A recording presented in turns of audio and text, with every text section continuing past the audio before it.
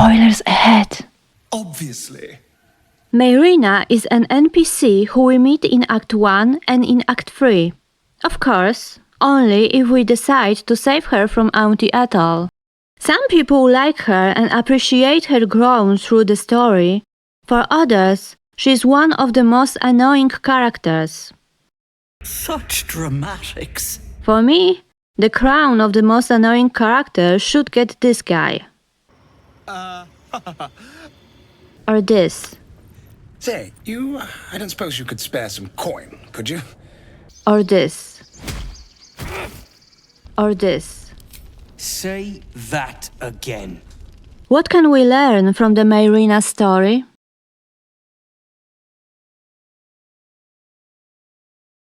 Hags are wicked, cruel, dark fae, who can live centuries. There are a few types of hags. For example, sea hags, night hags, anise hags, green hags. Auntie Ethel is a green hag. Thank you, Petal. It is so lovely to be appreciated. Hags are powerful and have vast knowledge, so they see others as inferior. However, this does not mean that they won't bargain with mortals. They offer knowledge, magic artifacts, and potions. But they are expecting deference and respect. If Taff is impolite to the auntie, she won't help and order Redcap to attack. They were being rude, and I detest rudeness. And you'll regret sticking your nose in my business. Bargaining with a hag is really dangerous. A hag always expects in return something important, beloved. Their help is twisted. First looks like a good bargain, but later you can feel the unpleasant consequences. Oh, this isn't what she promised! Green hags have an obsession with tragedy. They enjoy observing people's desperation, lost hope and falling. This is why hags make their lairs near settlements. Why, she sounds positively demented. I love it. Let's tell her everything. In Ethel's basement, you can see her victims, like Kalim locked in the mirror, a blinded elf who was consumed by grief after her family took her child, or Lorin, scared of the future. A quote from Volo's Guide to Monsters. Desperate mortals come to them looking for advice, only to have their requests fulfilled in ways that bring great suffering to themselves and their loved ones. Defeating Ethel saves them. The mirror glints in the light, the screams from within now silent. Oh, me head! Is the hag gone? God, tell me she's gone. Hags prey on desperate folks who don't have anywhere else to go, like Ger Monster Hunter. He is ready to pay every price to get information from the hag. Truly? Then you know what she is, what she can do. You're wise to walk away, but I cannot. Hags often put a spell on mortals and use them to protect their lairs.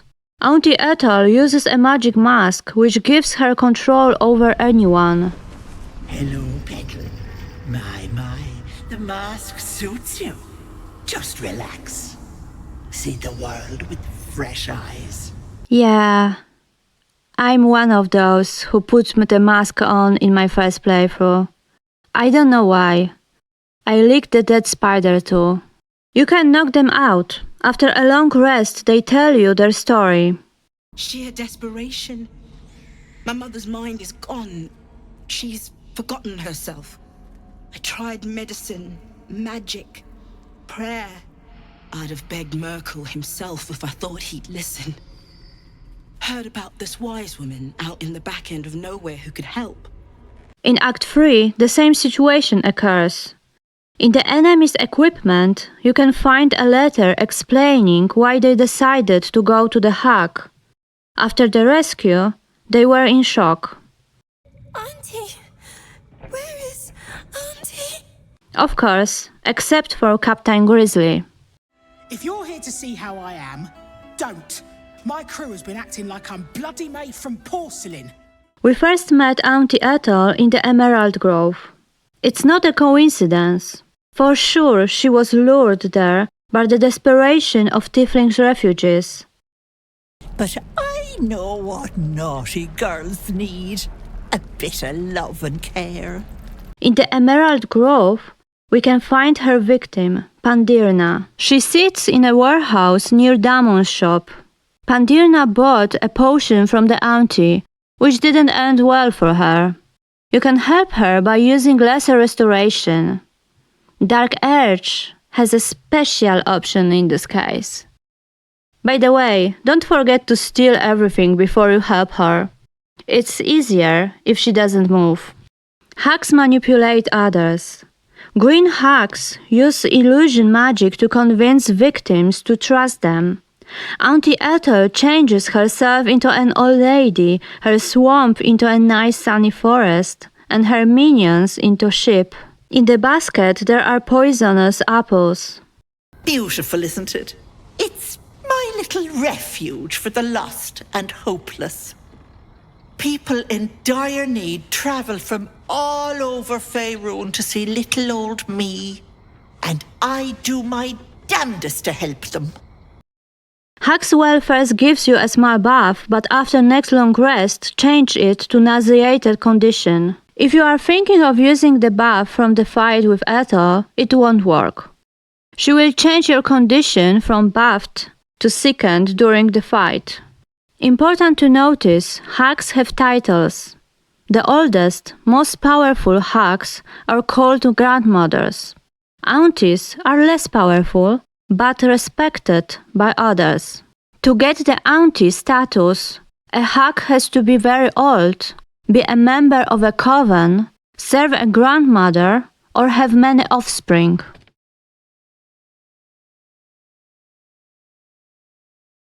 Before we go to the hag's house, we encounter Auntie Ethel in human form and Mayrina's brothers.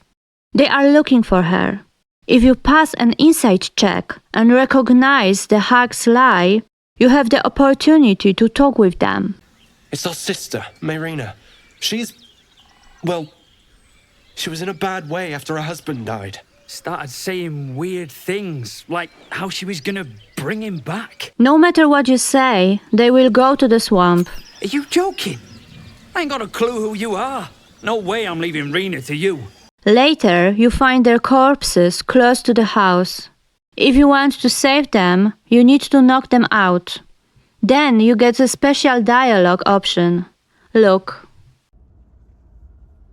What? Mayrina came to Auntie Ethel because she wanted to resurrect her husband in exchange for her baby. To reproduce, hags need human infants. They eat them and after a week give birth to a daughter. The child looks human for the first 13 years. Then she transforms into a hag. In time, I'll vomit her up and have myself a fresh young hag to train. What led Mayrina to make this decision? In Auntie Ethel's house we find a few letters between her and another hag, called M. Hags are selfish and don't like each other, but they stay in contact with other hags and share knowledge and secrets. This unwritten agreement helps them to avoid dangers and stay in power. From letters we learn that another hag asked Ethel for help to punish someone. In exchange, she sent Ethel a mother with falling mind, Mayrina. So another hag manipulated her, convinced that Ethel can help. What's more, the hag tells her over and over that she will be a useless mother. When someone tells you, day in, day out, that you'd be a useless mother, well, you start to believe it. Mayrina's behavior changes depending on your decision. If you don't tell her about her brother's fate, she will be angry and accuse you of ruining the deal with the hag. You bastard! You ruined it! You ruined everything! She doesn't understand that Ethel is evil. She completely falls into her trap. We need to remember that Mayrina doesn't see what Taff can see. You can feel the Hag's magic and break the spell, see the real swamp. Mayrina doesn't have this kind of ability. For her, Ethel is just an old and powerful creature who was kind to her. But if you tell her about her brothers and show her how cruel Ethel is, she completely changes.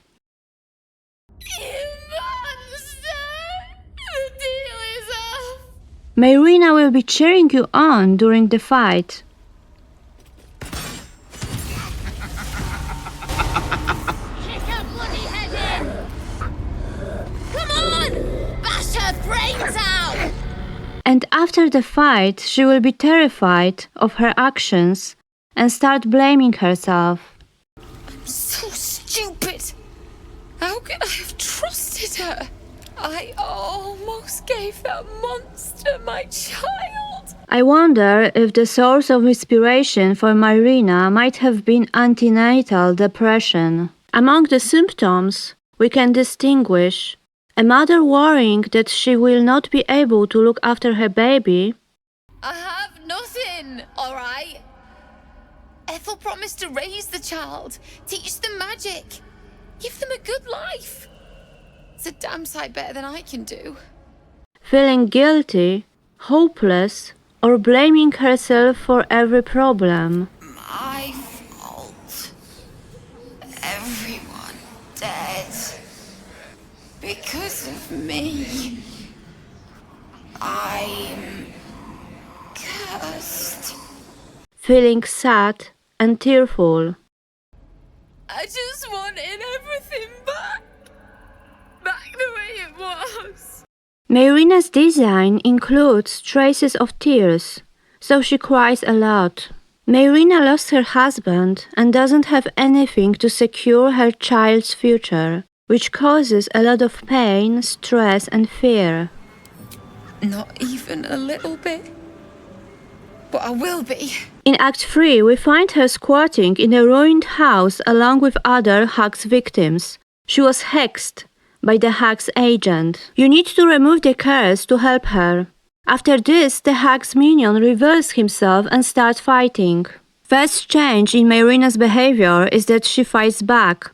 She doesn't want to be a victim anymore. I've come a long way since we last met. Decided I was sick and tired of feeling stupid, helpless. So I decided I wasn't going to be a victim anymore. She tracked the Hag to the city, found a way to save the girl, who was swallowed by the Hag. After defeating Auntie Ethel and saving Vanra, you can go back to Mayrina. She will say her final goodbye to her husband. Damn it. I know, Connor. I love you. I've loved you since we were kids. And you picked me bluebells and asked me to the summer fair. But you're gone. And this thing isn't you. Not anymore.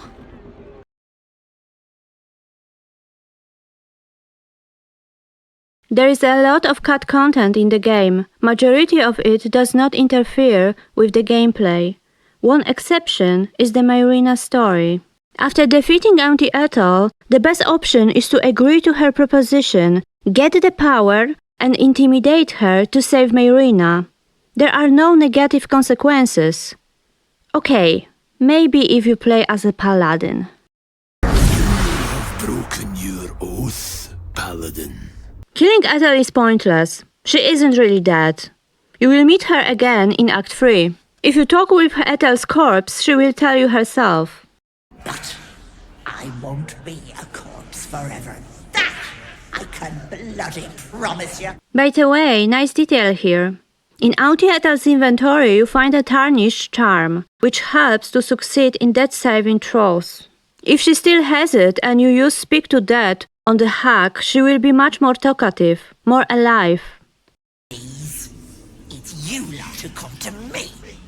All you do is want to be prettier, to be richer, to be loved. People are their own worst enemies, Petal. I just let them see it. Without the charm, she will talk slower, with difficulties, more like other corpses in the game. Not me. That's cruel. It's people. They want and want and want. I merely give. Dealing with a hag should have strong and unpleasant effects later in the game. Even a small quest like selling or not, the Githyanki's egg has an interesting aftermath. The lack of consequences implies that the story was supposed to be bigger. There is still a little more information left suggesting that the original story included a Hag Coven. Maybe. Probably. I don't know. In general, hags prefer to be alone with their minions, but sometimes they come together connected by common goals. In Auntie Ethel's house we find a few letters between her and another hag, which I discussed in the previous chapter. Also, if you knocked out Ethel's guards, one of them tells you later. You think Ethel was the only hag in the realms? Not by a long shot. There's more hags out there, and I'm going to do what I can to make sure no one else has to go through what I did. The most important argument is your deal with a hag. Auntie Ethel wants one of Tuff's eyes. If you agree, you will get a +1 to intimidation checks, but a disadvantage on perception check and attacks against hags. It's a poor bargain, no argument here. The question is, why does she want the eye? I can explain, but it's a whole situation.